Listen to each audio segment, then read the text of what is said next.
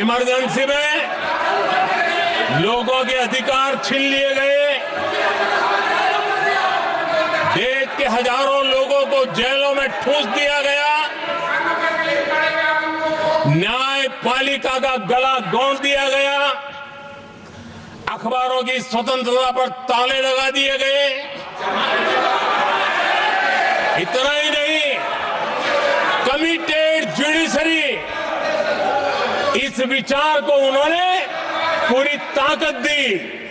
और इतना ही नहीं, जिस जस्टिस एच.आर. खन्ना ने उनके चुनाव में उनको खिलाफ जो जजमेंट दिया था, वो इतना गुस्सा भरा था कि जब जस्टिस एच.आर. खन्ना, जो सीनियरिटी के आधार पर सुप्रीम कोर्ट के चीफ जस्टिस बनने थे, जिन्होंने संविधान के सम्मान करते हुए उस पीरियड से इंदिरा जी को सजा दी थी, उन्होंने मुख्य न्यायाधीश नहीं बनने दिया। ये संविधान और अलोकतांत्रिक प्रक्रिया रही।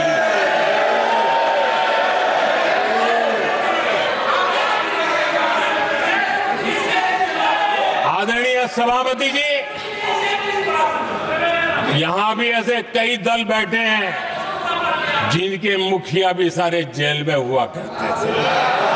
ये इनकी मजबूरी है कि वहां जाके बैठे हैं, उनको भी जेलों में ठूस दिया गया था। आदरणीय सभापति जी, देश पर जुल्म तांडव चल रहा था, निर्दोष लोगों को जेलों में ठूस दिया जाता था, लाठियां बरताई जाती थी, कई लोग जेलों में मौत के शरण हो गए थे, और एक निर्दयी सरकार संविधान को चूर चूर करती रही थी। आदरणीय सभापति जी, ये परंपरा यहां नहीं रुकी। जो परंपरा नेहरू जी ने शुरू की थी,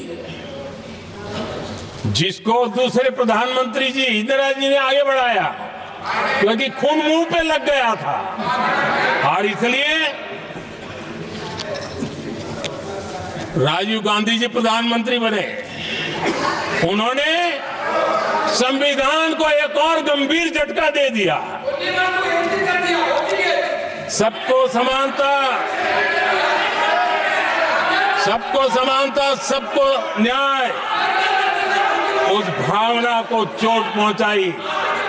आदरणीय सभापति जी, आपको मालूम है, सुप्रीम कोर्ट ने शाहबानो का जजमेंट दिया था।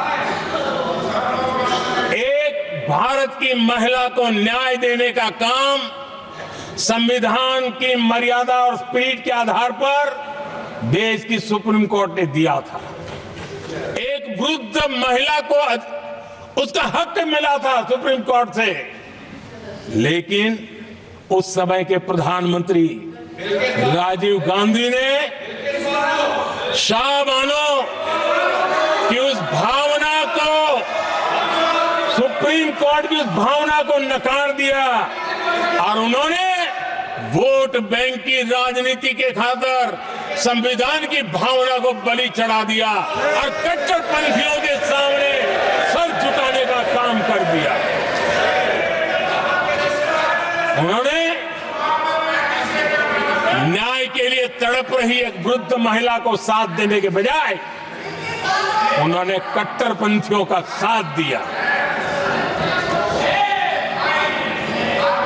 संसद में कानून बना करके सुप्रीम कोर्ट के निर्णय को फिर एक बार पलट दिया गया। आदरणीय सभापति जी, बात वहां से नहीं अटकी है। नेहरू जी ने शुरू किया, इंदिरा जी ने आगे बढ़ाया, और राजीव जी ने भी उसको ताकत दी, खाद पानी देने का काम किया। क्यों? संविधान के साथ खिलवाड़ करने का लहू उनके मुंह लग गया। आदरणीय सभापति जी, अगली पीढ़ी भी इसी खिलवाड़ में जुड़ी पड़ी है। एक किताब को मैं कोट कर रहा हूं, उस किताब में जो लिखा गया है, और उसमें प्रधानमंत्री उस समय के मेरे पहले जो प्रधानमंत्री थे उनको कोट किया है। उन्होंने कहा है, मुझे यह स्वीकार करना होगा कि पार्टी अध्यक्ष सत्ता का केंद्र है। ये मनमोहन सिंह जी ने कहा है, जो एक किताब में लिखा गया है। मुझे यह स्वीकार करना होगा कि पार्टी अध्यक्ष सत्ता का केंद्र है। सरकार पार्टी के प्रति जवाबदेह है। इतिहास में पहली बार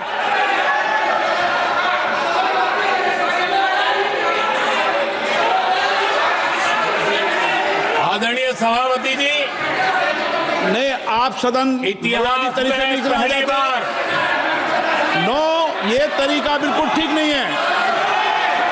सदन के नेता बोल रहे हैं, आपको मर्यादा रखनी चाहिए।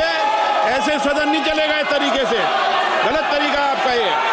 माननीय प्रधानमंत्री जी, आदरणीय सभापति जी, इतिहास में पहली बार संविधान को ऐसी गहरी चोट पहुंचा दी गई। संविधान निर्माताओं ने चुनी हुई सरकार और चुने हुए प्रधानमंत्री की कल्पना तक ही हमारा संविधान था, लेकिन इन्होंने तो प्रधानमंत्री के ऊपर एक गैर संवैधानिक, और जिसने कोई शपथ भी नहीं लिया था, नेशनल एडवाइजरी काउंसिल पीएमओ के भी ऊपर बैठा दिया। पीएमओ के ऊपर अघोषित दर्जा दे दिया गया।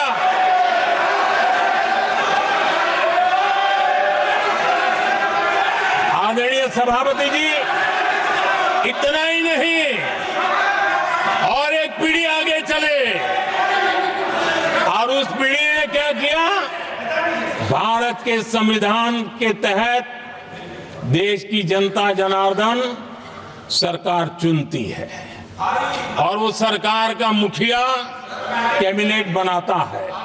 ये संविधान के तहत है। इस कैबिनेट ने जो निर्णय किया, संविधान का अपमान करने वाले अहंकार से भरे लोगों ने पत्रकारों के सामने कैबिनेट के निर्णय को फाड़ दिया।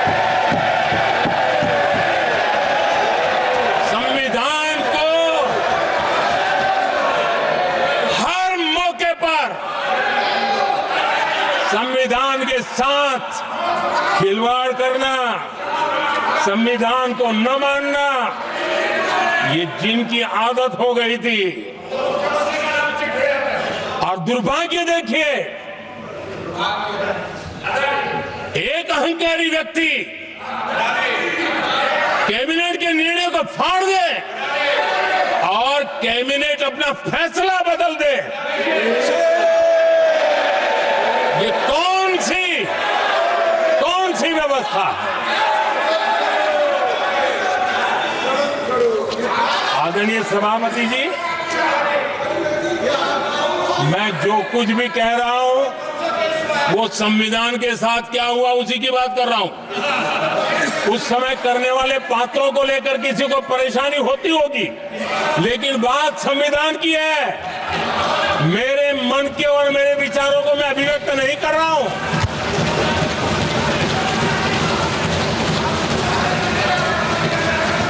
आदरणीय सभापति जी, कांग्रेस ने निरंतर संविधान की अवमानना की, संविधान के महत्व को कम किया। कांग्रेस इसके अनेक उदाहरणों से भरा पड़ा हुआ है। संविधान के साथ धोखेबाजी कैसे करते थे, संवैधानिक संस्थाओं को कैसे नहीं मानते थे, इस देश में बहुत कम लोगों को मालूम होगा। 370 की तो पता है सबको, 35A का पता बहुत कम है।